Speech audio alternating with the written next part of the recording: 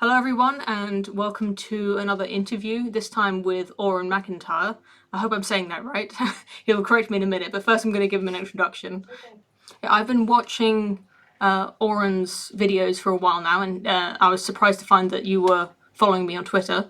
And I'd like to just introduce you and your ideas to the people watching my channel. It's not that I agree with everything you say or follow, your political philosophy, but I definitely find your videos interesting, and you seem to be a very intellectually curious, honest person. You're not fully committed to one idea, and you're not too zealous about your ideas, which is what I really appreciate. And you're part of.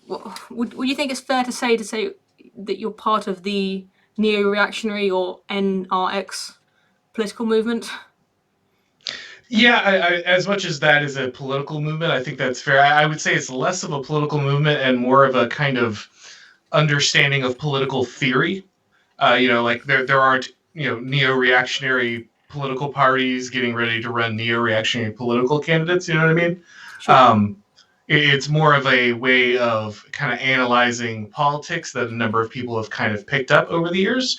And so we do kind of tend to have a few people who talk about it. And so, we get referred to that way. Yeah. Yeah, well, that's all I meant by movement. I mean a genre of YouTube video, as far as I'm concerned. I don't really read blogs, or I should really read more books than I do. But most of my political content is streamed through YouTube, so that's how I sort of define movement in my own opinion. And I first heard about the neo-reactionaries through the context of Mencius Moldbug and the Cathedral seem to be the biggest sort of terms associated with the theory, political theory. Is that fair? Yeah, those are definitely the Mitch Smallbug. Curtis Yarvin is his real name, but he wrote under Mitch Smallbugs originally. So that's what a lot of people know him by. And he's definitely probably the most prominent figure, the most prominent kind of theorist in neo reaction, and the cathedral is probably the concept that has been most widely used. You can even actually catch a couple of Fox News hosts using it incorrectly now. Ah, So it has gained a wider kind of consciousness. So yeah, I would think that those would definitely be the two most identifiable things about neo reaction, probably. okay. I think it would be beneficial for my audience. I know you've talked about it a lot, and I can just point to your videos. But if you could sum up the theory of the cathedral, what that term means, I'll give you enough space to do it. But if you could keep it to less than about 5 minutes, that would be Sure, preferable. sure. So obviously, when you look at the term neo-reactionary, you've got two parts there. You've got reactionary, which is people who it's kind of come to mean your classic reactionaries were people like Joseph de Maistre or Thomas Carlyle, and they were people who were looking at the Enlightenment and saying, okay, a lot of people are very excited about the Enlightenment and liberal democracy and all the advances that this could bring, but there's also going to be some downsides. There's going to be some consequences to this, and a lot of people aren't paying enough attention to kind of what that means. And so the neo part of neo-reactionary thinking is really people taking some of those older understandings of politics and kind of updating them and saying, do these things still apply? Like, did humanity really completely change after the Enlightenment? Did the political realities completely change? Or are many of those things that we think, disappeared in the 1300s or the 1500s, are those forces that are still at work in society today? And so what the concept of the cathedral is the cathedral is the decentralized consensus making apparatus of our culture. And what that really means is it's what informs the ideas that most of us carry around in our head and kind of the way we have an outlook on the world and the way politics functions.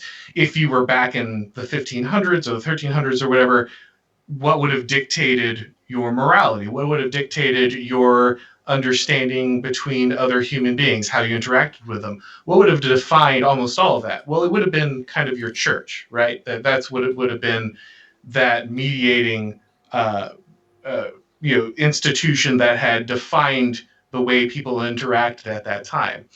And if we look today, a lot of people will say, okay, well, the church is gone, or it's no longer as relevant anymore, and we don't really interact that way anymore. Religion doesn't dictate this stuff anymore. But what the cathedral model does is it looks at our different institutions that impact the way people think and the way people talk about politics and culture and those kind of things. And what are those different institutions? Well, one is going to be obviously the media, both news and entertainment. Another major one is going to be your university system, because of course anybody who is in media almost uniformly has gone to a university, right? They're going to be informed by this. And then also, it tends to be the non elected bureaucracy, especially here in the United States. Of course, we're talking about like the State Department and that kind of thing. People who are part of the government and inform the policy of the government, but are never directly elected on. And what the theory of the cathedral kind of posits is that even though these are all different, separate uh, institutions, because they tend to all share the same outlook on life, because they all have the same beliefs about morality and the way people should interact, because the colleges, the professors, they are the ones that educate all of these people who end up in these positions of power, and they all tend to go to the same cocktail parties, and they read the same New Yorker articles.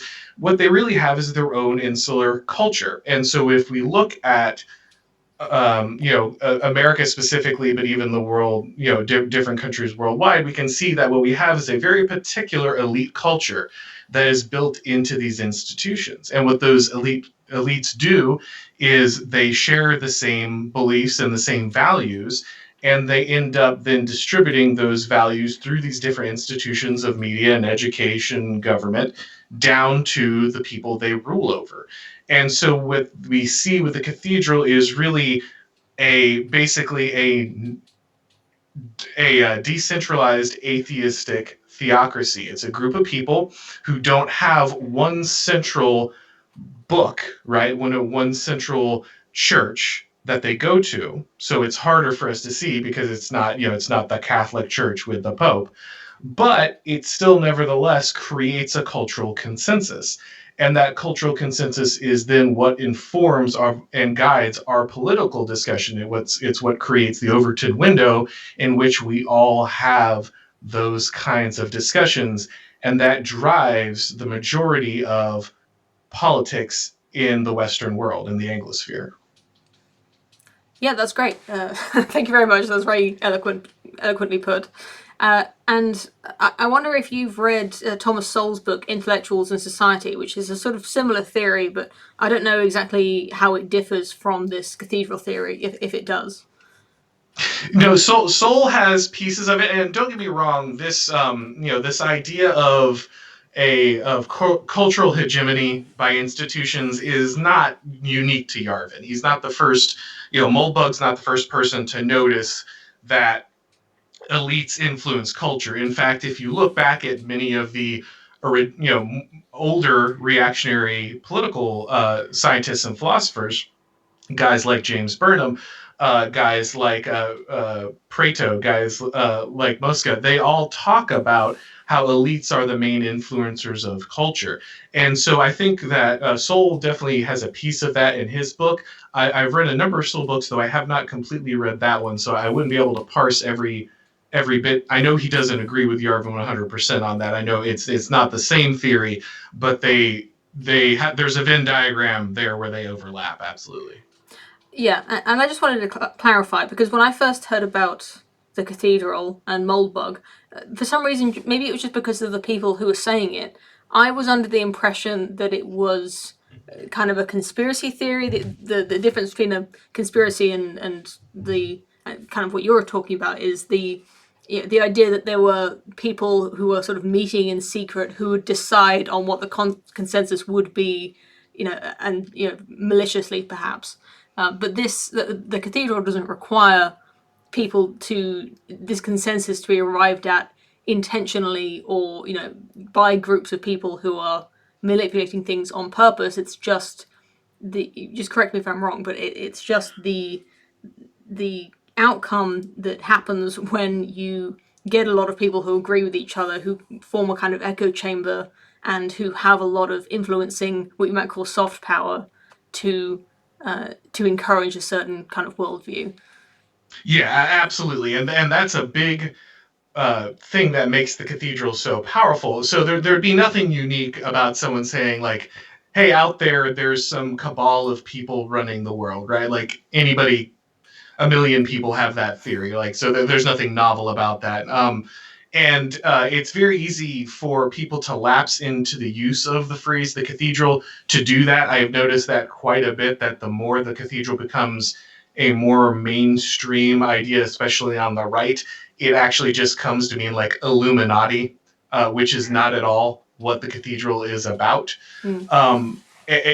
So it's definitely important for people to understand that, yeah, you're not just talking about like a bunch of people who get together to rule that. What it really is about is, like you said, soft power, and that's something that's really difficult for us to think about a lot of times, because especially the American context of understanding the way government power works is we say, okay, there is this formal government structure, and we have this great constitution, because what it does is it breaks up this formal government power into three branches, and each branch checks and balances each other, and so they control each other's power. No one part gets too strong, and so this will contain government power, right? Because we can all see it out in the open, it's formal. But the cathedral is not really built on formal power. It's built on informal power. And informal power are the powers that we don't declare openly that are in charge. So, you can look at things like the media, and you can see very obviously that they drive a large amount of government decisions. But why do they do that? They don't have any formal power, right? There's nothing that says they are the fourth branch of government and they get to veto Congress, but their influence is incredibly high, higher than any given congressman or senator, maybe even any president, definitely any president in my opinion. But we can see that that power is soft power. It exists outside of the formal structure. And so one of the great things about the cathedral, one of the things that gives it the power that it has and the resilience it has, is that it's very hard to hold accountable, right? Like if there's a president and he does a bad job, you vote him out of office. That's accountability.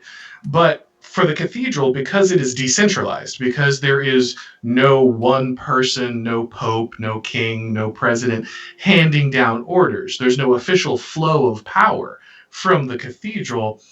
That means that it is in no way impacted by things like elections, because you're not electing any people in the cathedral. When did you vote for the World Economic Forum, right? Like when did you vote for Hope Not Hate, or the Anti-Defamation League? Like when did you vote for Bill Gates to run COVID policy? You didn't. But it doesn't matter. The power is still real, even if it's informal.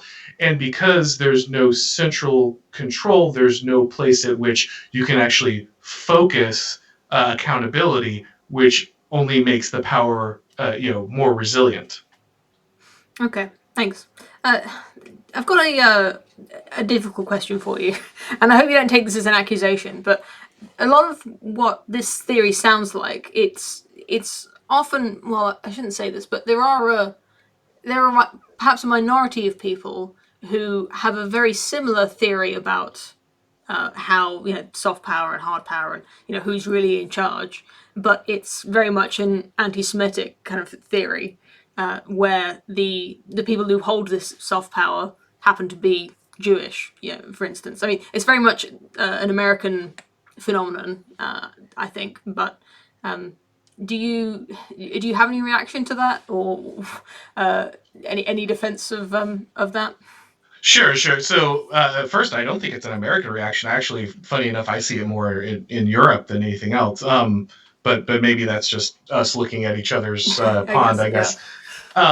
But no, I mean, Curtis Yarvin is himself Jewish, right? And I don't. I know there are many people who hold those, suspicions on the fringes or something, but that is not in any way, in my opinion, what neo-reaction is about. That's in fact the opposite. The entire point of the theory is that you don't need that, right? Is that you do not need that conspiracy. You do not need that cabal.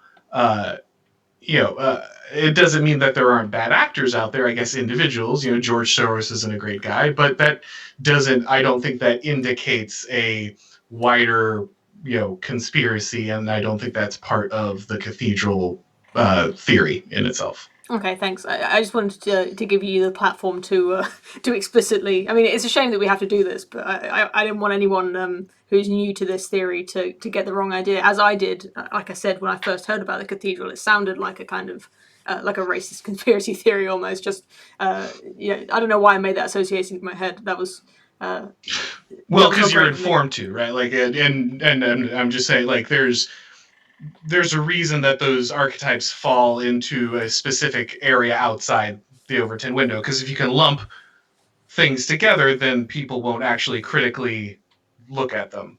I Yeah, guess is yeah, my thought. But yeah. I think I can't remember if it was an old video or a new video that you made, but I was going through some of your old library in preparation for this interview, and I really liked what you said. Now I'm even wondering if it was you, it was in one of your videos, but I think you said something about how what do you call it? The being able to manipulate the optics of the opposition when mm-hmm. because the cathedral holds the frame, they can make any opposition to the cathedral look like racism or fascism, anything. Yes. Yeah, absolutely. And this Yarvin talks about this quite a bit actually. It's don't inhabit the frame of your enemy. One of the problems we have is that when there's a group of, a class of people who inform uh, the basically the political reality of our institutions, they not only define what is the good and the approved message, but they also define people's conception of the opposite. And so if, and Yarvin uses this example all the time, if a 15-year-old kid looks around and sees all the horrible, like, social justice destruction of their culture and says, okay, I don't like this. This is garbage. What's the opposite of this? Well, what does every guidance counselor in, like, middle school tell that kid? Oh, the opposite is the Nazis, right? It's Hitler. Like, that's fascism.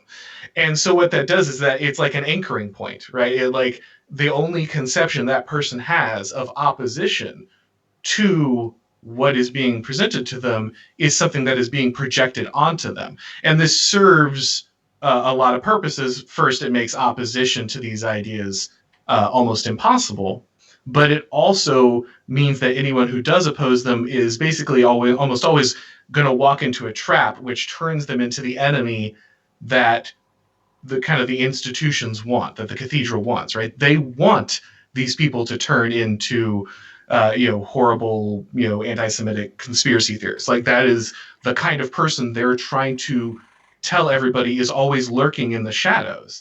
And so the ideology almost manufactures those as the only viable opposition to the ideas being presented, which is incredibly useful. Yeah, and that brings me nicely to my next line of questioning, which is about the call to action or the lack thereof of the neo-reactionists, which is I think you've called it the clear pill. Everything's got a pill these days, right? So Yes, yeah. if we have to call it a pill, that's the name for it. It's transparent in the sense that it's that you should do nothing because you don't because it just plays into this negative framing uh, as you described. Is that right? The clear pill is something that Yarvin kind of floated, and it's something that I'm still thinking a lot about because I think he has a lot of very good points inside of it, like the ones we just talked about how opposition the further you struggle into the trap, the more you're trapped, right? And Nick Land, one of the other guys who's very influential on neo-reactionary thought, also has a great bit about this in one of his essays of the opposition basically being structured to defeat you. Like, just by simply trying to organize opposition, you actually end up becoming what these people want, and so there's a problem with that. Yarvin basically says, look, you need to act like an expat in your own country. Like, you need to remove yourself emotionally from the scenario, because anytime you get emotional, you're just going to feed into the energy. Like, basically, these people, the kind of progressives that are running society, they need you to get emotionally opposed to them in order to make a fight of it. Like, nobody cares about a fight where one person just pummels the other one to death. Like, you need a real opponent, or at least someone you can cast as a real opponent, in order to like claim victory. And that's what these narratives need. They need a victory every once in a while to show, like, look, you still really need us to strike down these evil people who are hiding in the shadows. And if they don't have those people, they'll go out and find them. And so Yarvin really counsels people to say, look, you can't, the way the system is set up, political opposition does not actually change anything. The people who control these forces have set, especially democracy, because they inform the opinions of people through these institutions. Democracy is not a viable route of change, because they control any framing that you would bring to the discussion. And so the best thing you can do is really bring things down to a personal and local level. Better yourself, better your family, better your community, and kind of, you become worthy by doing that, because at some point this all has to collapse. Like, at some point this edifice has to fall down. And when it does, people will want to look elsewhere, and the people they're going to look for are the people who are going to kind of have their lives together, and people whose ideologies and beliefs are working properly in the real world. But as it is right now, bringing like classic, like, going out and protesting, or sending the Proud Boys out to fight Antifa, like, there is not going to be a win for the right on there. There's no instance in which someone goes out and fights Antifa, and then they get framed as the good guys in the paper tomorrow. It simply doesn't happen. And so there's no reason to go out there and put yourself in danger and feed these people the enemies that they want to have. Yeah, I think there's a lot that's very sensible about that, and it feeds into a lot of Jordan Peterson's, I want to call it rhetoric, but that has a negative connotation. But a lot of what he's been saying about clean your room, sort yourself out, and there's I've seen how much good that can do to the people around you to have this sort of rock of the community that they can rely on. You can probably do a lot more good that way than like you said, getting yourself in trouble. And I don't think it's very psychologically healthy to be too riled up about politics. But then there is also another part of me that thinks that that is, to take the clear pill, to take yourself out of, out of any emotional investment at all. It seems defeatist. I suppose that's probably the biggest criticism of that theory. The idea that I shouldn't try to get interested in politics. It's often a shame that the people who involve themselves in formal politics, the people who run the local council, or I don't know what the American equivalent is. Like you were saying, state officials, and I always think about the people in parks and recreation. That's my only point of reference for American local government. It's very accurate, so it's a good reference. Yeah. Well, the only people who get involved like that, they tend to be busybodies, people who are like far too nosy about other people's business, authoritarians, and then the people who just want to chill out and what's that meme that got popular recently? But the guy who just wants to grill, the guy who just wants to have a barbecue. The people who are just getting on with it, they never get involved in government. And I know that's not quite the same as getting involved with this sort of soft power, the cathedral. I don't know where I'm going with this, but it is defeatist, isn't it? Well, I understand that concern, and I think that is my concern too. And so I tend to strike a balance because this is also something that a lot of people had a criticism of Jordan Peterson for, right? Like, I think his advice is excellent for individuals, and I agree with it, and it's actually helped me out through difficult times. So I'm a big fan of his.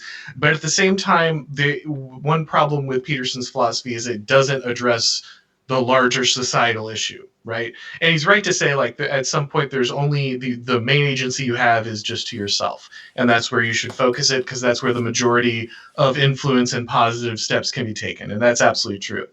But at some point you can't just care about yourself, and at some point taking care of your community means involving yourself in politics, right? Like, if you there are unfortunately, government has now grown to the point where there is no place to run. Like, there is no, in neo-reactionary circles we call exit. There is no way to exit at this point. You are there. The government is too big. It reaches into too many parts of your life. So it's not like you can just like break off and do your own thing and you'll be fine. Like, no, they're gonna like, force this stuff on your kids and your family and your neighbors.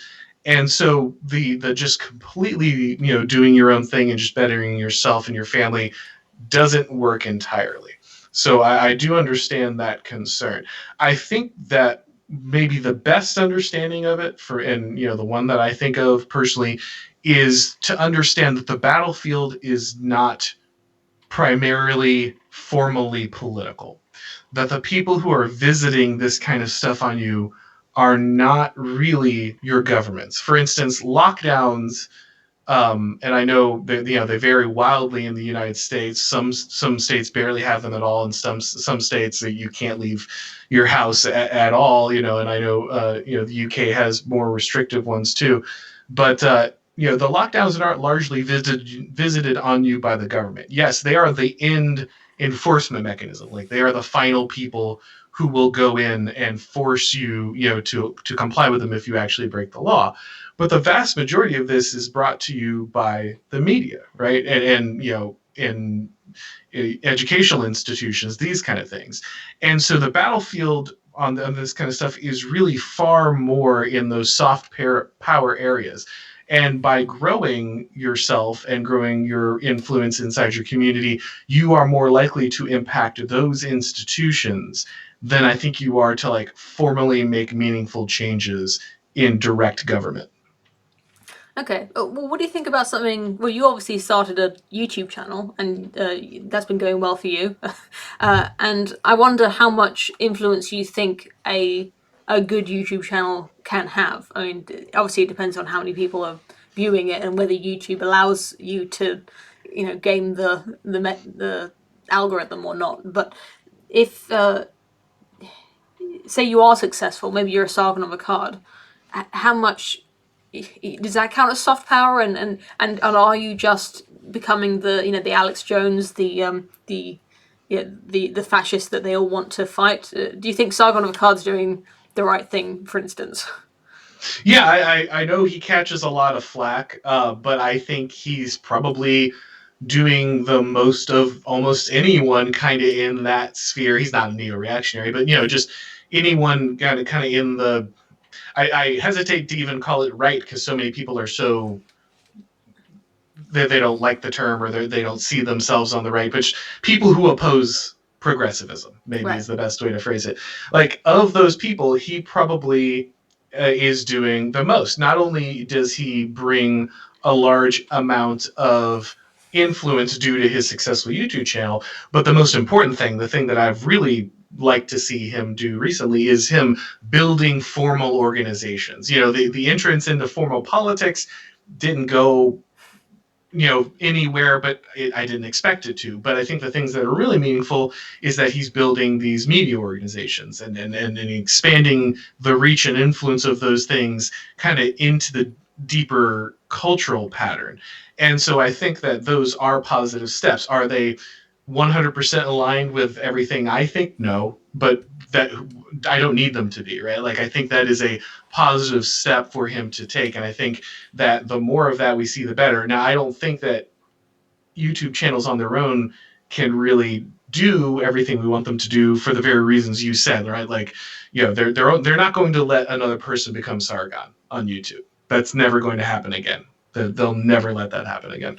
Um, but so there is an uphill battle there, and there's only so much we can do online. One of the upsides of online is it lets people like you and I, who never would have ran into each other or had a conversation in real life, but are interested in kind of what each other are doing in the sphere, we can have this conversation, which is great. But at the same time, then all we can really do is take it back to our localities, right? Because at the end of the day, you and I can't team up to change anything in any real capacity, other than hoping to inspire other people and give them the tools they need to make those changes in a more local and more real situation.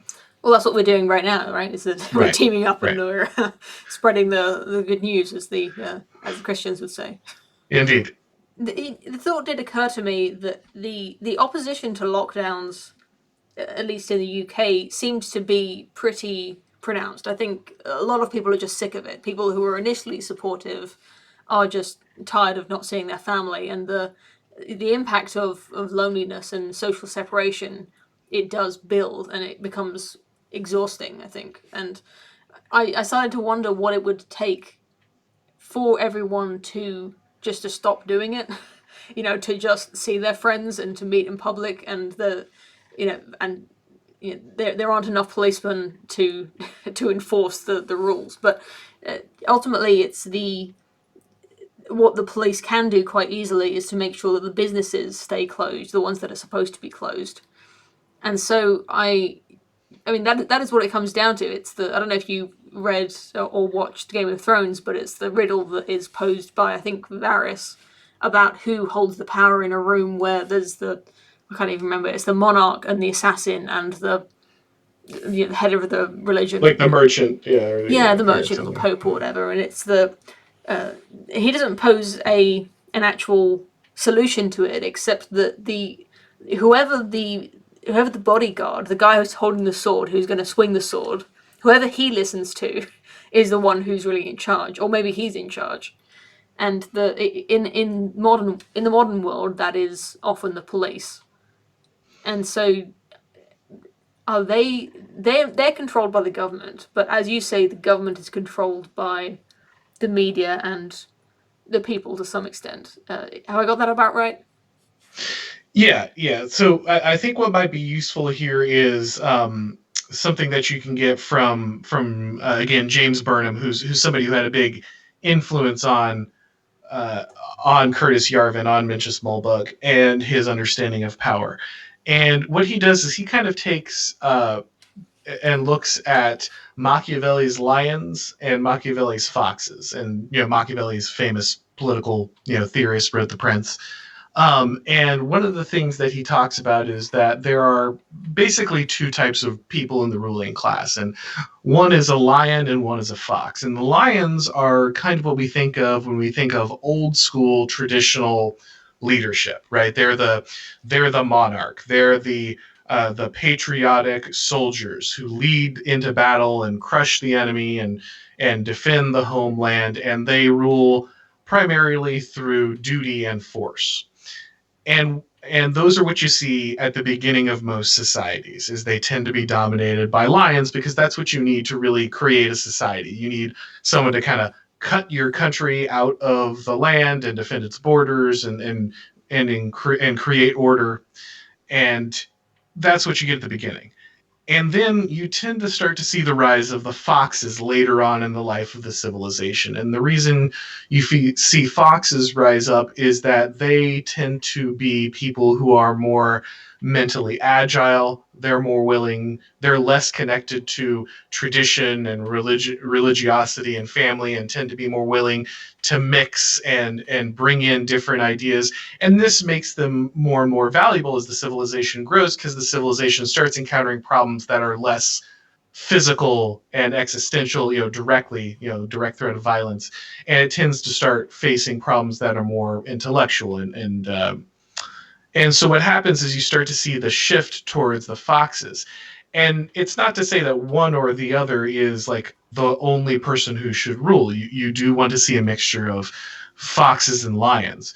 But what happens as society ages is you start to see more and more foxes come to power. You start to see the need for the lions wane and kind of a distaste for them. They start to become, the society forgets why it really needed them in the first place because the foxes have offered them so much for so long, and they tend to start selecting only foxes to rule. Now, the upside again for the foxes is that they are willing to go out and think of new ways to do things and bring innovation.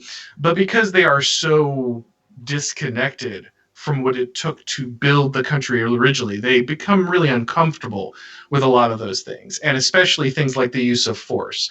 Because as uncomfortable as it can be for modern people and democracies, we often forget that we are all ruled by force at the end of the day. That is what actually generates sovereignty in a country. And that's obviously very clear when you have like a king, right? Because he's got direct control of the army and what he says goes, and it's very clear. But when you're ruled by foxes, you usually have to be ruled by a number of levels of abstractions. No, you're not directly under force. You vote for your leaders, and you're in charge. You have the sovereignty, and they just listen to what you say. But anybody who like decides they're not going to pay taxes quickly finds out that's not true. And so what we see is that as society shifts towards these foxes who are less comfortable with the use of force, the way they rule becomes weird and fuzzy because they don't like to use force. And when they do have to eventually use force because people stop listening to them, they use it in a really weird and arbitrary way, which can actually like be far crueler than lions who would just use it directly because they're not afraid of it. And so when we're looking at these lockdowns, I think you're seeing a lot of fox application of power. Like they have the sword because they control the state, and of course the police are the actual monopoly on violence. They're the actual sword of the state, but they don't know how to wield it. And so you see these really, again, I tend to have more America-centric examples because that's where I live, but they tend, in America, we have a very arbitrary applications of these rules. They'll go and lock down a church, but then you can burn down a city if you feel like it, right? Right. And so it becomes very clearly arbitrary. It becomes people start to lose faith in the application of force, and that's when your government's really in trouble. Like when people are no longer when there's a consensus opinion among the majority of the people in your country that force being applied is unjust and arbitrary, that's when society really starts breaking down. And so will people push back hard enough to where the arbitrary of that force becomes so clear that like things go pear-shaped? It's anybody's guess, right? Like that's hard to know how far these governments will take it, because this is, again, largely enforced at the whim of these people without a lot of, backing from the population. And the more they push their power that way, the more precarious things get. Right. And I'm just reminded of the example that Thomas Sowell uses in Intellectuals in Society. When I guess I was just sort of thinking about this difference between lions and foxes is the rise of Winston Churchill to become prime minister after he was ridiculed by many, probably in the media, for saying that he was a warmonger and he was crazy for wanting to stop Hitler while he was still rising to power, and because a lot of people were just so appalled by the horrors of World War One that they could not, they mentally resisted the idea of a Second World War as much as they could. And do you think that's an apt application of the metaphor? Yeah, absolutely. And you'll see this, you'll see there's still those last gasps of a functional, what we call circulation of elites, because you are always ruled by a set of elites. There are always people in charge. And a healthy society will have a circulation of those elites. They'll allow the best to kind of come in and deliver new blood and new ideas, and they'll allow things to wax and wane depending on what society needs, instead of just the interest of the elites. Because what you want, as much as possible, is the interest of your elites, as closely tied to your people as possible, so that everybody benefits. And so a society that still has that will allow someone like Churchill to come forward when he's needed, right? I mean, But he's a lion, right? That's what I was getting at. exactly, Yeah. yes, yeah, exactly. They'll allow a lion to return to power. But what we're seeing, I think, is that you don't get Churchills very much anymore in the West, right? And I think the reason is we are less and less willing to let a lion come to the forefront. Anytime when someone vaguely like one comes around, we start getting, Trump is not a lion really, but he's the closest thing we've seen in a long time. And automatically, of course, we get Orange Hitler comparisons, right? And so that makes it harder and harder to return to that model of leadership when you really need it. And every society does need it at some point. Well, something similar has been happening. Maybe you're not aware, but of course, Winston Churchill is widely celebrated in the UK, and for good reason, I think, and has been since World War II.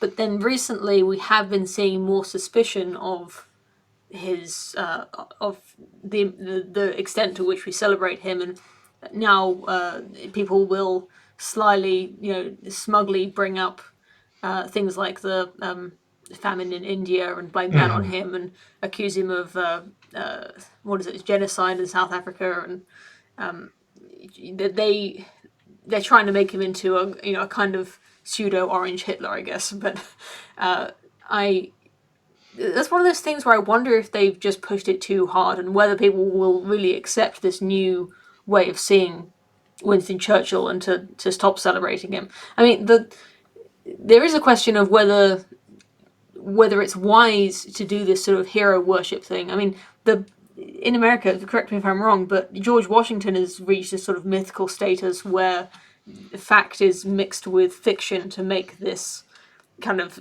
half real, half fictional hero in history. Yeah, well, so there's a couple of things you can look at there. So, for instance, we have a very similar process going on in America right now because they were tearing down statues all across America, well, exactly, right? yeah. And it started with Confederate generals.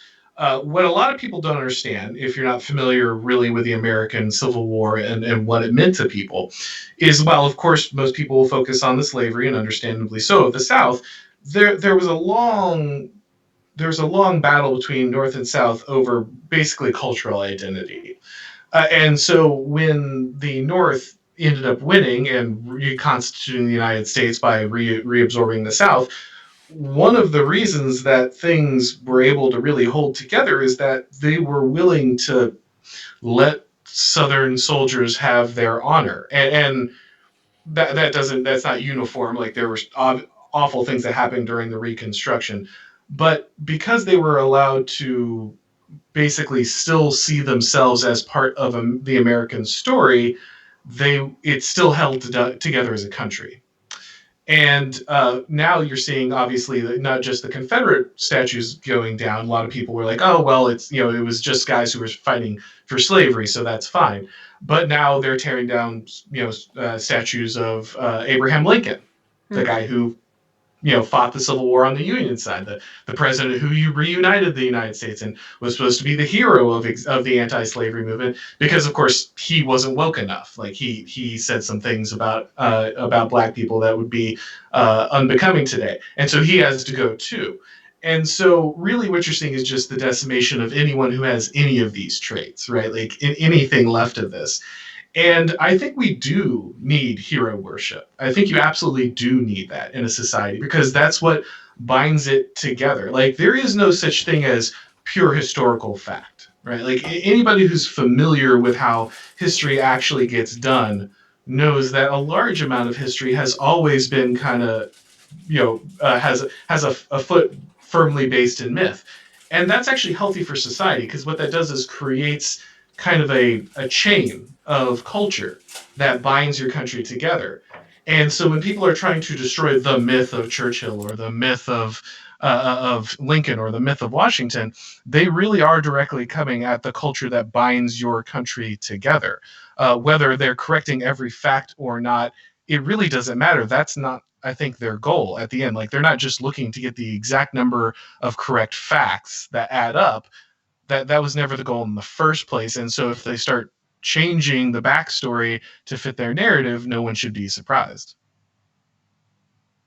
Yeah, and I totally get that. I think that it's not like the new facts that they're replacing the old legends with are going to be any more factually correct, or more with more integrity. They're just going to replace the half truths and fictions with their own half truths and fictions. But at the same time, there is something that rubs me the wrong way about anything that's sort of ahistorical, and maybe that's being too what's the word? Not being pragmatic enough, and it's an unattainable standard. But I do wonder whether this need for a sort of hero worship was once served by religion, where we could all agree that Jesus was a perfect man and everything he did was perfect, and he never said any oopsies that wouldn't be. Well, I guess he kind of did, but that I wonder if our suspicion about religion as a sort of modern secular society, whether that brings up this need to make George Washington into a hero, or to make Winston Churchill into a hero, when we had these perfectly, arguably fully mythical figures who we could have been worshipping. Well, I mean, I know that you're familiar with Paul Vanderklay because that's how I found your channel. Oh, really? Okay. Yeah, so we both had discussions with Paul Vanderklay. So you're probably familiar with some of his work. Yeah. And the trick is ever believing that we ever escaped religion, right? Like, this is probably the core neo-reactionary realization above anything else. Is the Enlightenment didn't do the trick that we wanted it to do. It didn't actually just make us super rational computers. And actually, treating ourselves that way is dangerous and has a lot of consequences. Uh, and so, because we are beings that require narratives or memes or however you want to phrase it, whether you're more comfortable with Dawkins or whoever, it's all the same thing, right? We require these forms, we require these narratives, we require these memes. We need them to construct our lives. We are not purely rational creatures, and we don't exist that way. And the drive to create purely rational creatures is as destructive as anything else. And we never abandon them, which is kind of part of the central core of the Cathedral thesis, right? Is we didn't get rid of Christianity. It's not that our rulers no longer tell us what to think, like they did back when the king told you which church you prayed to and you were part of Catholic or Eastern Orthodox or whatever. Like, that never went away. All of those forces are still in play today. We've simply rationalized them differently. And that doesn't mean they're one-to-one. Like, every aspect of progressivism isn't a one-to-one to like classical Christianity or Islam or whatever. But they fulfill very similar functions. And we blind ourselves when we don't understand that as part of the human experience. Like, when we don't realize that our actions are informed by that, and that something is going to fill that void no matter what, then we are open to ideological possession because we think we've advanced beyond a basic human need that never went away. Yeah, I think you're completely right about that, and I do enjoy exploring that side of religion, especially the last few years, and watching Paul Van Close's videos and getting to talk to him has been a great experience for me for that reason, is to sort of explore that side of that way of thinking about religion. I guess what I'm arguing is that the like you said, we've always been religious, and the perhaps this idea that we, like I said about the Enlightenment, maybe our hero worship of real historical figures was maybe the first signs that we were trying to depart from classical Christianity and falling into a kind of secular religion of hero worship. Although I think arguably the most ancient literature that we have of the ancient Greeks and Romans, they did kind of have their religion, if you could even, I suppose, yeah, you can call it that, can't you? It's weird to think of it now, the way that we have religion, but their stories were about heroes who were real people who they believed fought in real wars, or that's my interpretation of the Odyssey and the Iliad. Anyway, is that their gods, their heroes, were historical figures to them, and maybe they were based on real historical figures. I'm just going off on a rant. I don't know if you have anything to say about that. No, there's quite a bit of good here. So I don't know if you're familiar with this, but America has a city called Cincinnati, right? Yeah, yeah. And that's named after George Washington. And the reason they named a city after George Washington Cincinnati is he embodies the ancient story of Cincinnatus, right? The Roman king who he became a dictator, or I should say, he became the dictator because they they always had a needed him. dictator. So the Roman system, they had the two consuls, but in a time of war or desperation, they had a legal office of dictator, right? That you would be will be vested all of the power. And the trick is at like after I think it's 6 months, you would have to give it away. And the story of Cincinnatus is that he was given this power and he won the war and defended the Rome, and everybody wanted him to be king. They said, okay, please just be our king. And he said no. And he walked away and went back to the farm, right? Yeah. Because that's not what Rome does. And who knows the total level of historicity of that story. But the impact of that story is so great that thousands of years later, George Washington embodied that symbol by, after 2 terms, stepping away from the office in America of president and basically refusing a crown himself, that they then named a city in his honor in the mode of Cincinnatus, right? So that version of religiosity is super ancient and goes all the way past the Enlightenment, and I think is superhuman. And I don't think that the idea of separation of like religion and other things, like a secular and religious space, is itself actually very post-Christian, right? It's informed much more by Christianity than anything else. The Romans wouldn't have seen a large differentiation between historical myth and possible religious observance, right? Yeah. And that's more of a construction of ours than it is of theirs. And so when we say, oh, well, the worship of these historical figures could stand in for religion, I think it's just part of it. I think it's the part of it that's always been there. It's always part of the spiritual life. Yeah, that's interesting. Thanks for that. Something that just came to mind is that I only recently started to think seriously about the founders of America.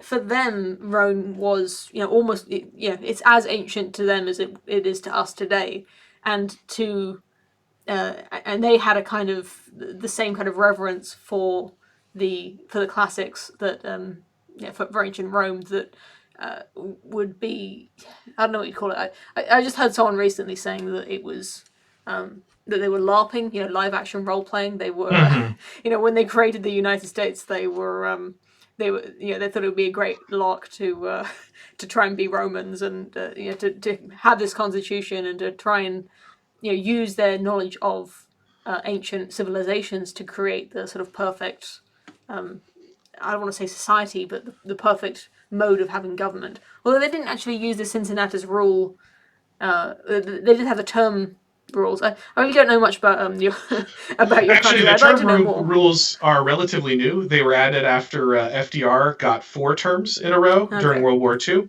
Well, just the idea of having a term, I don't know how ancient that idea is. I mean, that's probably English Parliament, right? It's Roman. Really? The Romans had there were 2 consuls for the year, and they elected 2 consuls every year. So the term in office goes all the way back to the beginning of republics.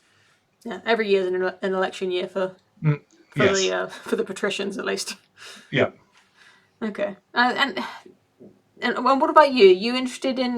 Well, it sounds like you know a lot, but maybe that's just you're more educated than I am. Are you interested in ancient civilizations and the Romans? Yeah, no, I'm definitely enjoy history quite a bit. I wouldn't put myself out there as any form of expert, but it is something that I when I read, my reading time is basically divided between history and political theory, Hmm. because I'm really cool, and so those are the two things that when I read, I read. So I don't have a degree in history. I wouldn't put myself out there as an expert, but it's something I really enjoy learning about, and I do read quite a bit about. Hmm. Well, to be honest, as we've been talking about, I don't value a degree in history much more than a long experience of reading historical literature. I mean, I wouldn't call you a historian, but I wouldn't automatically assume that anyone who has a PhD in history is an expert either. I mean, I don't know how much you're comfortable sharing your personal life, but are you university educated in some subject, and what's your feeling about universities in general? Yeah, so I definitely come from my degree's in political science. I study politics, and that's where the majority of my focus has been. I worked in kind of in American politics at lower levels, and then I was a reporter. I worked in the media, and was a reporter, a political reporter for a newspaper. Um, I think that there is, of course, a lot of value in education, but I think the modern university system is a disaster for a lot of reasons. If for nothing else, it's a branch of the cathedral that I talked about. Right. So I'm not very keen on the ideology that gets pushed in that. And the university is creating a lot of very serious problems for our society right now. Our meritocracy is what's supposed to undergird our society and kind of properly order it, but it's very much so now all built on credentialism. And what the credentialism of the university has done, be it beyond indoctrinating people and stuff that I think is pretty dangerous, what it's also done is created a really bad model for social advancement. So what we do is we take people usually around like 18, and we say, okay, well, these would probably be like your prime, like finding a spouse or like making money years, or starting to build a life years. So what we're going to do is, instead of letting you like go get a job and form a family, we're going to put you in extended adolescence for an extra 4 years and put you $50 to $100,000 in debt. And so what happens is, a job, let's say, you know accountant, that would have required maybe some night courses and a little bit, and then like just working under someone like an apprenticeship 20 or 30 years ago, now requires a college degree. Even running something like a Target, like a big box store in America, requires a college degree. Again, something that a normal working class person would have been able to work their way up to if they just got started working at 18, now requires them to you know, go deeply into debt. And so this has a couple of really negative effects. The first of which is you're much less likely to form families, because you're spending those years, that your parents spent like getting a home and having children. You're spending it going into debt and going to school. It also means that people are then much less able to get those jobs that they need, and that there's a number of different reasons for that, including labor markets being what they are. But one of the reasons is that everybody has to compete for these same jobs to pay back the debts that they've incurred through the college. They can't go out and buy homes because again they're working at these jobs to pay off these debts, and it really limits people's life opportunities because they start life off basically with like what would have cost your parents a starter home, now have in debt to get exactly the same kind of pay scale that they got when they were your age. And this is only getting worse because now you're seeing things like bachelor's degrees don't even matter for the middle class. Now you have to go get a master's degree, go further into debt, delay family formation even longer. And I think these are pretty large disasters just by themselves, just as a structural issue, before you even get to what's being taught in the university. Hmm. Yeah, that's you're very much mentioning a lot of the same points that very much worry me. I'd never actually considered the relationship between the debt and the buying a home and starting the family, and the trend that we're seeing with putting off starting a family and the subsequent lowering of the birth rate, which could come from the fact that women are waiting until 35 when they might not have that many good years left. Uh, Yeah, yeah, I mean, how can they not, right? Like you got to pay off your loan, and you yeah, got to find a guy who has paid off something similar if you want to have a hope of, and then the childcare becomes more competitive to pay for that kind of thing because any anybody who is trying to make these incomes to pay off these debts can't stay home with their child for the most part, and all these things feed into eroding that ability to build a family. yeah. The problem is I don't really know what to suggest to any 18-year-olds. I don't think there are many watching this video based on my YouTube statistics, but I did have the privilege of advising a 19-year-old recently who wanted to do a master's degree. I tried to encourage him to just try to look. He's an engineer. I'm an engineer as well, and he was interested in doing a master's degree, and I said, just go look for a job. You won't get more debt, and you'll actually be making money during that time. But uh, you know the trouble is that for an intelligent young person, university is the best place to make friends and to get involved in intellectual life. And the thought of telling a young person who is really enjoying their university work to tell them to go out there and make money and start the boring life as a parent and a spouse. I can't imagine that being convincing to anyone, and to be honest, I don't even know if I would even be able to advise that honestly. Yeah, and I guess that's just in long term a shift of values, right? Like you can the the reason people think parenthood is boring is because in large part they've been told so, and every and I'm not saying every moment is the most exciting thing in the world, but where you place your value is going to determine what you think is going to be worth your time and investment young. I guess the problem is that you can kind of always go back and get a degree, but you might not always be able to go back and start a family. And most Mm. people assume that they can kind of just do both forever. Well, I think the But assumption is that it's backwards, right? Where they go, "Oh, we can always," especially men who are fertile for much longer.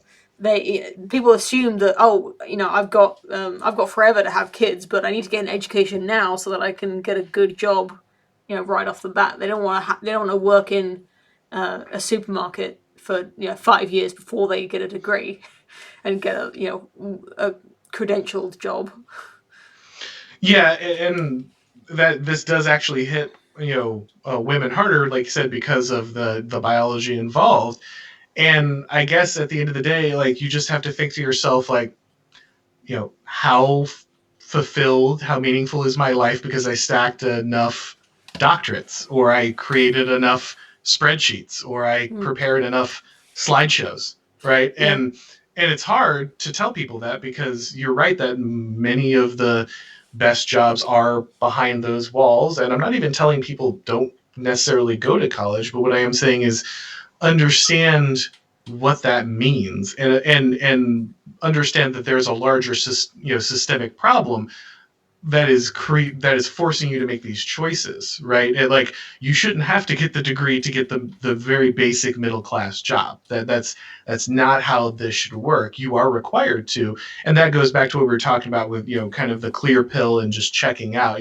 The one of the problems is that the system is set up in a way where like if you want to get those jobs, you will need to do those things, and if you don't go through this system, then you will pay a price. And so if there isn't some collective action taken to fix that problem, then people suffer individually, which we see all around us as people get to their mid 30s and realize like, oh, I haven't really started life yet, and that clock is ticking. And so many people are finding themselves on the other side of that clock and saying, wow, I made some really bad choices and there's no way back to that now. So it is a larger societal problem that unfortunately will only get solved when society either faces it or things fall apart because they didn't. All the best we can do is make decisions having that knowledge. Yeah, I think just coming back to what you said at the start about the choice that women make in particular, I think the other trouble that I would have with convincing any woman in particular not to go to university, if I were to do that, would be that these days university is very much where people go, whether intentionally or not, to find their future spouse. And for women in particular, there is no better place to find a man who can match you intellectually or surpass you than going to a university. And we don't have the same social structures that we used to have, where people can meet up, cross culture. I don't mean culturally. I mean, crossing social divides, so class divides, whereby intelligent young people could find each other maybe a little bit easier than they can now, just using Tinder or whatever they whatever they can use. Yeah, university really does that quite nicely. Yeah, and that's one of the big problems with your consensus making apparatus being things like university, right? Like being what, part of the cathedral, the point of the cathedral is everyone has to go, right? Yeah. Everyone has to go to church in the 1300s. That's where you meet people, that's where you meet your spouse, that's where you climb the social ladder. Well, where do you have to go now to do all those things? Mm. You go to the cathedral. It's just called a university, right? Yeah. It still serves the same function. It just serves it in it's just a different building that serves the same function. And you can actually see there, if you look at the work of Christopher Lasch and Charles Murray, are two people to read on this. They both make the point that what these colleges are doing is they're creating a separate set of elites, because who actually goes to college? A lot of people a lot of people will sit online talking politics and think of themselves as representative of the majority of people, but 2/3 of Americans don't get college degrees. The majority of people are not college educated. So when you say the best place for people to go for this, what we mean is the best place of people of a certain class, right? College is a class sorting mechanism. That doesn't mean that you don't get people from lower classes that end up going to college, but largely it's a place where people of a certain class get together and create romantic relationships and form families and that kind of thing. And what both Murray and Lash talk about is, because people increasingly meet in college, we are basically selecting for intelligence by drawing basically the smartest people in every community away from that community and towards an educational institution. And then those people who were able to get into the college, which is based on SATs, which is functionally an IQ test, those people get together and they're the ones that marry. And then they separate from society because they're the only ones who are the only people they're interacting with and marrying are now people of their cognitive status.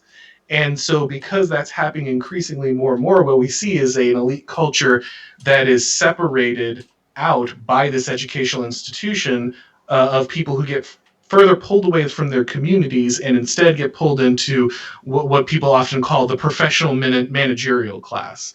A group of people who tend to all share the same values because, again, they all went to the same institutions. And you can see how this kind of wraps around into the cathedral.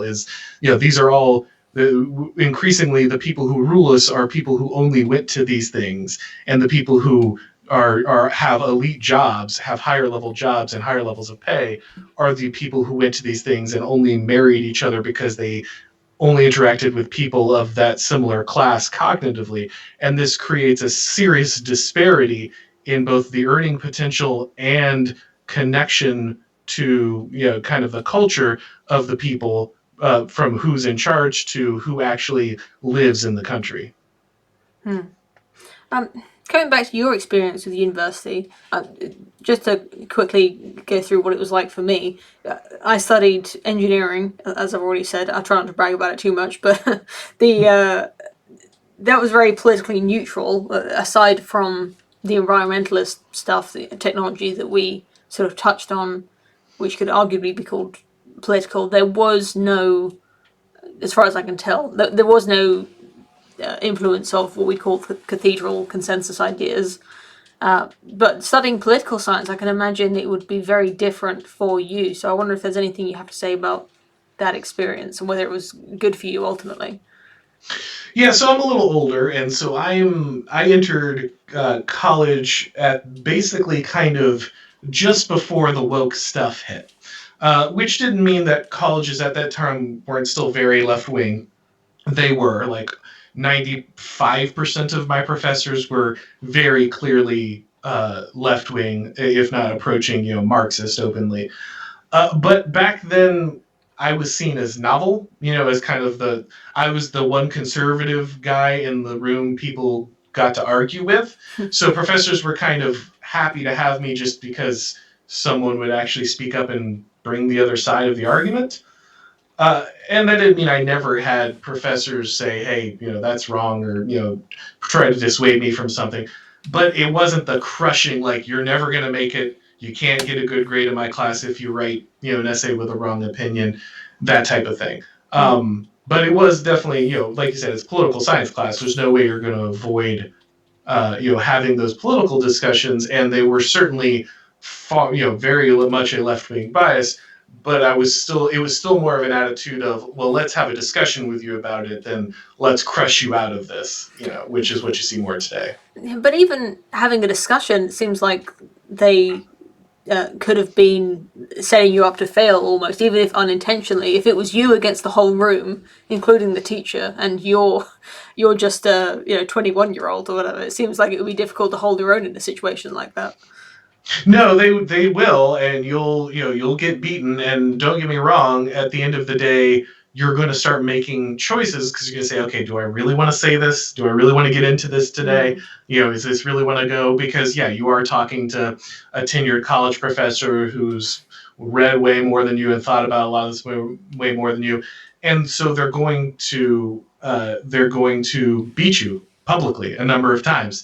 I guess I'm just stubborn, and so I was the kind of person who was like, all right, I lost that, I need to figure out why. And that really encouraged me to go searching for much of that stuff more than it beat me down. But I also had a lot of people who would come up to me at the end of classes and be like, hey, I actually agree with you. Like, I'm not going to say anything out loud, but but I actually agree with you. And I remember skipping a philosophy class one day, and I actually had like 3 people from my philosophy class come over and find me, and they're like, there was a debate on this, and you weren't there today, and so nobody said anything, and we didn't know what to do because normally we just agree with you, and so there's no one to like disagree with the professor, and so like there so.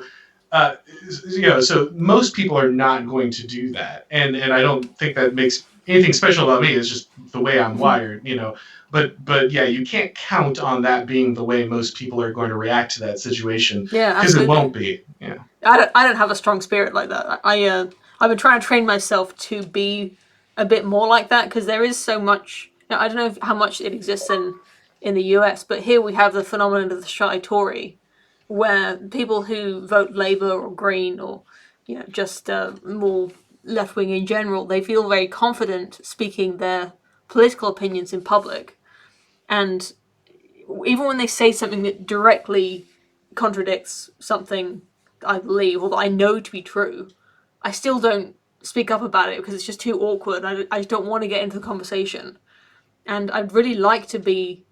I don't think I'd get in trouble at work if I did that because there are there are a few people at work who are like that, but I just feel too shy about it, and Well, yeah, and to be fair, at work I don't do that because I very much have worked in arenas where I cannot, you might not have a hard time believing that like being a very right wing journalist probably doesn't get you a lot of friends in most publications. So I have played those games. Like it's not that I go out there in every opportunity, and increasingly I don't. I find much of that can be unproductive. You really need a willing ear for most of that, and most people aren't going to be willing to hear those kind of things until you have a personal relationship with them. Like, most people do not have their minds changed because one day they stumbled upon a complete stranger who came out and gave them the hard facts and logic, the Ben Shapiro pitch. And then all of a sudden they're like, you were right the whole time, and I'm going to discard all these deeply held beliefs that Yeah. everyone I know has because you hit me with the facts and logic. I don't think that's how people work at all. In fact, that's exactly what I say with neo-reactionary stuff. That's not how politics works. That's not how people work at all.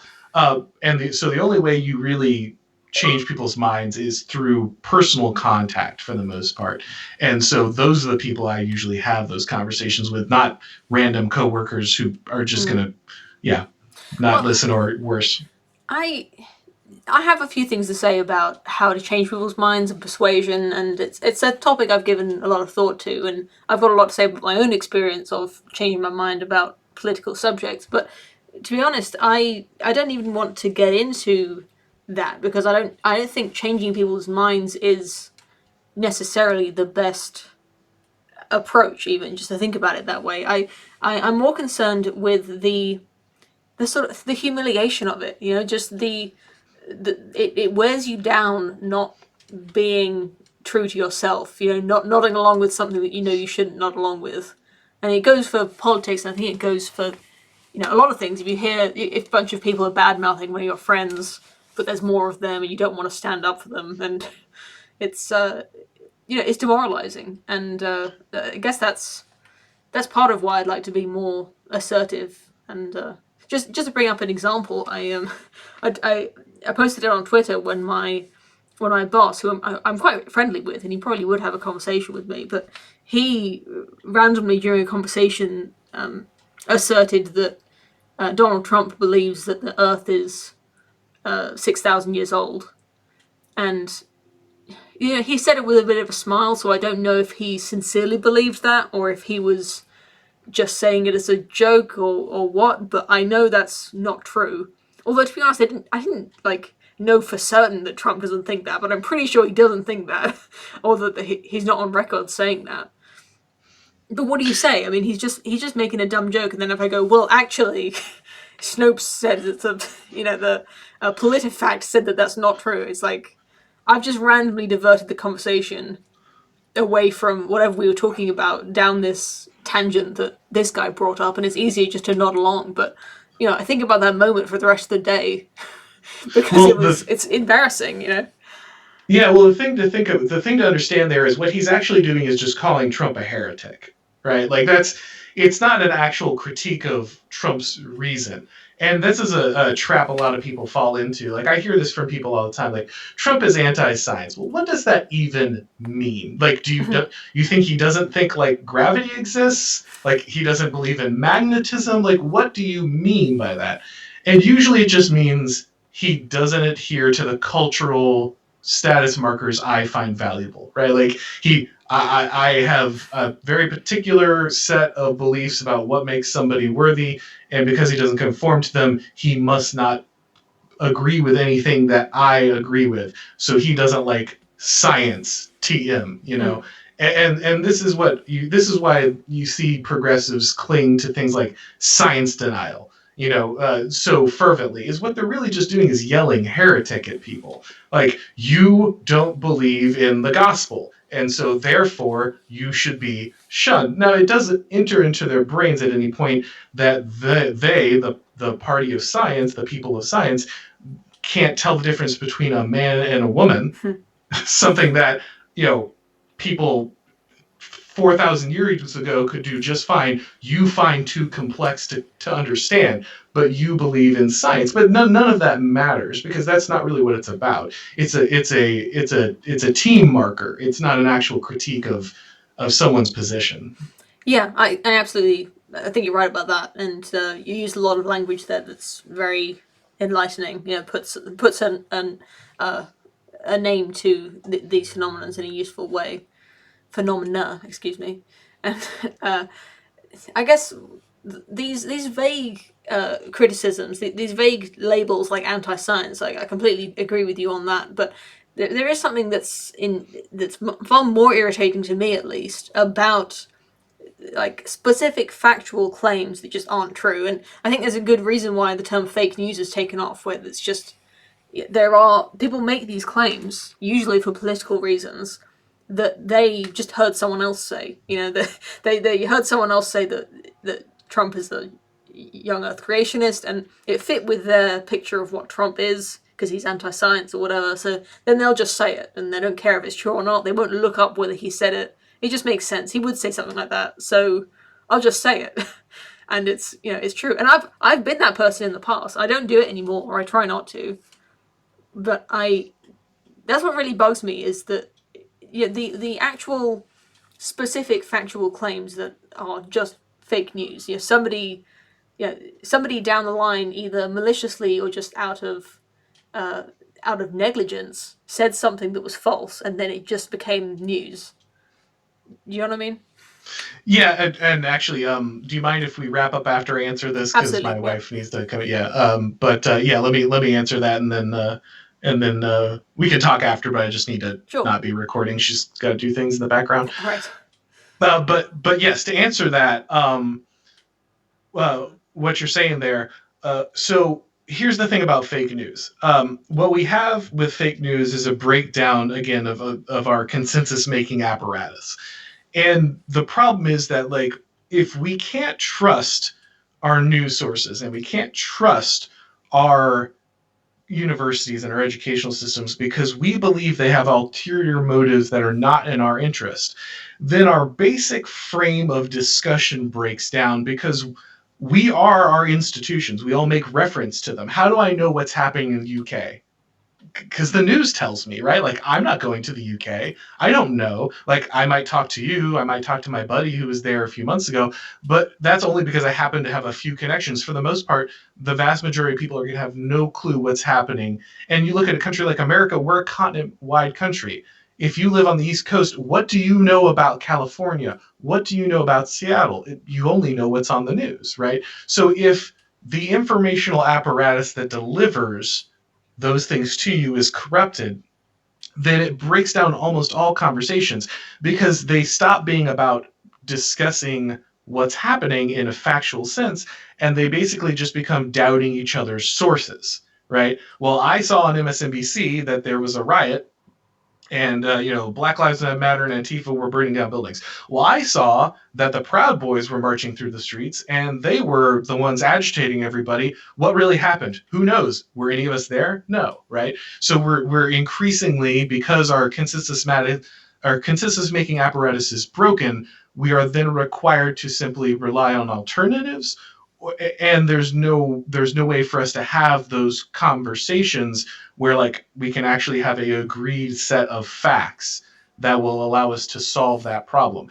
And that's why you see the culture tearing the way it does. And it's not even necessarily geographically. It's often, one house over, you've got someone who is completely different from you because they trust a source that you don't trust. And you guys can't talk to each other because there's literally no shared institution for you guys to fall back on and actually have a discussion with the same information. Yeah, absolutely. There's so much there that rings true. And Scott Adams calls it the phenomenon of the whole room is watching the same screen and seeing two different movies. You get the impression that the people around you are seeing the same thing as you when actually you're not. And as soon as you try to actually have a conversation about it, you run into this exact problem you're describing where you can't agree on the facts, and so the conversation goes nowhere. Yeah, and unfortunately, I know a lot of people are like, well, how do we fix that? And the answer is we probably don't, which is really disturbing for a lot of people, I understand. But, how do two people who have completely different basis for reality solve that? And the answer is probably not talking about it, which, is unfortunate. But I do not see one side. The only way this changes is if one side yields to the other's um, source of truth, right? Source of claims of knowledge. And increasingly, I think it's harder and harder to see that happening. Yeah, okay. Well, although that may be a bleak note to end on, I think we'll end it there. And I was aiming for an hour, so thank you very much for staying for an hour and a half. Oh no, absolutely. It's been a great discussion. I appreciate you having me. Well, thank you very much for coming on, and I hope that everyone watching will go and check out your channel and maybe subscribe and leave a comment saying that I sent you. And by you, I mean the person watching, not you, Auron. Am I pronouncing that right? I told you how Yes, to. yes, you got it right. And Yep. what is it, Irish or is it a made up fantasy name? It's a yeah, it's a mashup of different names Mm, for my moniker, but I like it. You I know, appreciate it. Thank you. whenever people talk about YouTube, I always try to advise them to pick a name that's easy to spell, and yours is unique so that it's sort of Googleable, but it's easier to remember how to spell it. So it's great in that respect. So well done for that. Yeah, thanks. I wanted to be able to write under it, and so that Okay. was why I did it that way. Yeah. Oh, that's great. And yeah, have a good day to you and to everyone watching. All right, thanks, guys. Bye.